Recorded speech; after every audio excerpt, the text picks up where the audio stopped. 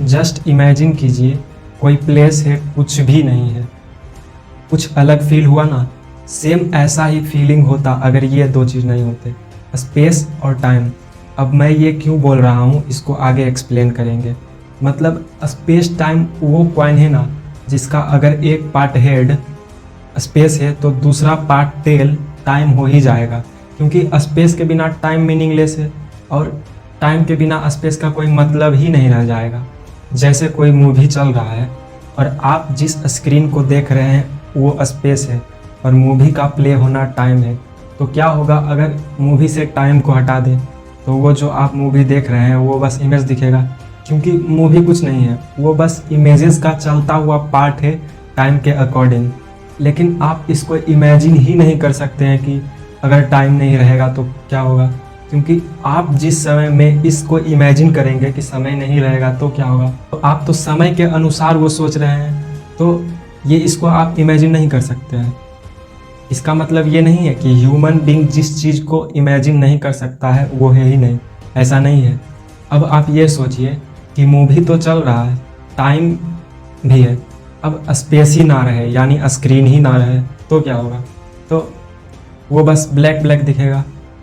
यानी space time कुछ नहीं है, वो बस स्पेस और टाइम का एक ऐसा कॉम्बिनेशन है जो 4D फोर्थ डायमेंशनल बना लेता है, जो मिलकर एग्जैक्ट लोकेशन को बता दे। जैसे चीज़ें एग्जिस्ट ही ना करे, 3D हो ही ना, तो घड़ी चल रहा है नहीं चल रहा है कहना बेकार है। यानी कुल मिलाकर ये समरी निकला कि स्पेस के बिना टाइम मीनिंगलेस है और टाइम के बिना स्पेस का कोई मतलब ही नहीं रह जाएगा। अब समझते हैं ये टाइम डिलेशन क्या है, स्पेस टाइम कर्व कैसे हो जाता है। तो जैसे एक फैब्रिक आता है, फैब्रिक मतलब कपड़ा होता है, उसको ट्रेम्पोलाइन बोलते हैं, ये आप स्क्रीन पर देख सकते हैं। अगर इस पर एक बॉल को रख देते हैं तो वो कर्व हो जाता है, कर्व हो जाता है, क्योंकि इसमें कोई पार्टिकल है जिस वजह से ये कर्व बना लिया है। ये एक ट्रेम्पोलाइन है जिस वजह से ये कर्व बना लिया, क्योंकि इसमें मास चला गया है। उसी तरह से स्पेस टाइम होता है। स्पेस टाइम फोर्थ डायमेंशन का एक ऐसा कॉम्बिनेशन है ना जिसमें अगर कोई मासिव पार्टिकल या एनर्जी चला जाता है तो वहाँ पे एक कर्व बन जाता है, ठीक ट्रेम्पोलाइन की तरह। जैसे कपड़ा में अगर मासिव बॉल को रख दे तो वो नीचे धंस जाएगा, कर्व्ड बना लेगा। सेम ऐसे ही स्पेस टाइम में होता है, अगर कोई एनर्जी या मासिव पार्टिकल वहाँ पे एग्जिस्ट करते हैं तो वो कर्व्ड बना लेता है, यानी झुक जाता है, बैंड हो जाता है। और ऑब्जेक्ट का मास जितना ज़्यादा होगा उतना वहाँ पे कर्व्ड बन जाएगा। सूर्य का भार कितना ज़्यादा है, सूर्य का मास बहुत ज़्यादा है, तो वो बहुत ज़्यादा बैंड कर देता है स्पेस टाइम को, जिस वजह से प्रकाश बैंड होकर चलती है। अब यहाँ पे प्रकाश बैंड होकर क्यों चलती है, क्योंकि अगर मान लीजिए कोई सीधा सड़क है, समतल सड़क है और उस पर कार चल रहा है, तो कार तो सड़क के अकॉर्डिंग ही चल रहा है, क्योंकि सड़क जिस तरफ जाएगा उस तरफ कार जाएगा। अगर सड़क में रोड पर कोई ढलान हो या ऊंचा हो तो कार तो उसी सड़क के हिसाब से ऊपर नीचे होगा। तो यहाँ भी है स्पेस टाइम में, स्पेस टाइम अगर कर्व्ड हो जाता है तो लाइट जो है, प्रकाश जो है, वो स्पेस टाइम के पाथ को अपनाती है और उसी पाथ पर चलती है, उसी रास्ते पर चलती है।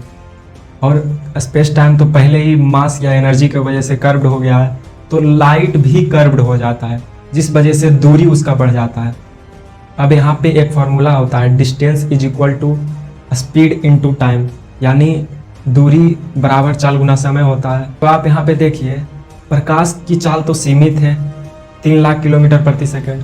प्रकाश का चाल तो बदलेगा नहीं, लेकिन प्रकाश बैंड होकर चलने के वजह से उसका दूरी बढ़ गया, क्योंकि सीधी दूरी बहुत कम होती है, वो डिस्प्लेसमेंट होता है। और अगर प्रकाश मुड़ के चलता है तो वो बहुत अधिक दूरी तय कर लेता है। तो यहाँ पे दूरी बढ़ गया, लेकिन प्रकाश की चाल तो सीमित है, वो ना तो बढ़ सकता है ना तो घट सकता है। 3 लाख किलोमीटर प्रति सेकंड उसका स्पीड फिक्स्ड है। यानी इस इक्वेशन को बैलेंस करने के लिए टाइम का हेरफेर हुआ होगा। यानी यहाँ पे अगर डिस्टेंस बढ़ गया है और टाइम स्पीड सेम है लाइट का, तो टाइम का हेरफेर तो हुआ है। अगर डिस्टेंस बढ़ गया तो टाइम जनरली है कि बढ़ जाएगा। यही है time deletion, that is the power of time deletion. फिलहाल टाइम डिलेशन का फुल कॉन्सेप्ट जो है इसके अगले वाले कंटेंट में अपलोड होगा, ये तो स्पेस टाइम का कंटेंट था। यानी कुल मिलाकर समरी ये निकला कि स्पेस के बिना टाइम मीनिंगलेस है और टाइम के बिना कोई ऑब्जेक्ट एग्जिस्ट ही नहीं करेगा। यानी अगर टाइम रुक गया तो कोई ऑब्जेक्ट कभी मूव नहीं कर सकता, टाइम रुक गया तब। अब जब हम YouTube पर रिसर्च कर रहे थे, यानी कंटेंट को देख रहे थे, इससे रिलेटेड, टाइम से रिलेटेड, टाइम डिलेशन से रिलेटेड, स्पेस टाइम क्या है, तो वहाँ पे बहुत सारा कंटेंट आया था, लेकिन कोई भी कंसिस्टेंट नहीं था।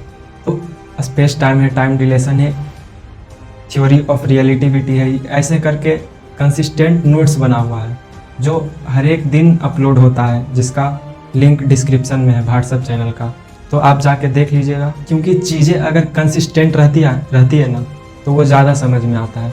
ऐसे अगर यूट्यूब पर जाइएगा, सर्च कीजिएगा टाइम डिलेशन क्या है, तो बहुत सारे कंटेंट आ जाते हैं, तो वो उसमें समझ ही में नहीं आता है कि देखे क्या करे क्या। तो अगर चीज़ें कंसिस्टेंट रहती है तो समझ में आता है।